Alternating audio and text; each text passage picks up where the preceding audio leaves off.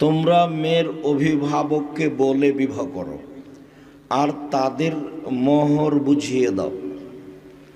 তো এই টাকার বিষয়টা আসলো, মোহর বুঝিয়ে দিতে হবে, এটা আল্লাহর আদেশ। আর রাসূল সাল্লাল্লাহু আলাইহি সাল্লাম বললেন, ইয়া মাশারা শাবাব মান ইসতাতা মিনকুমুল বাত ফালিয়াতাজাওয়াজ।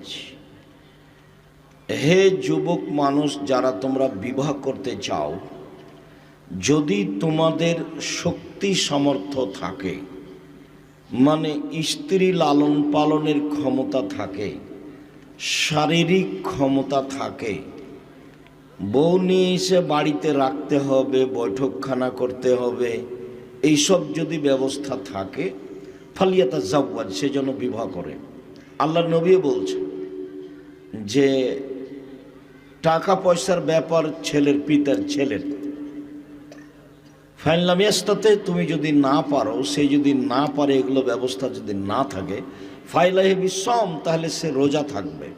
ফাইনাহুল্লাহ বেজা, রোজাই হচ্ছে তার যৌবনকে দমন করার মাধ্যম। টাকা থাকলে বিবাহ করত, টাকা নেই, তো এখন যুবক মানুষ তার যৌবনকে, প্রবৃত্তিকে কিভাবে ঠেকাবে? তখন আল্লাহ রাসূল সাল্লাল্লাহু আলাইহি সাল্লাম বলেন, রোজা সিয়াম থেকে ঠেকাও।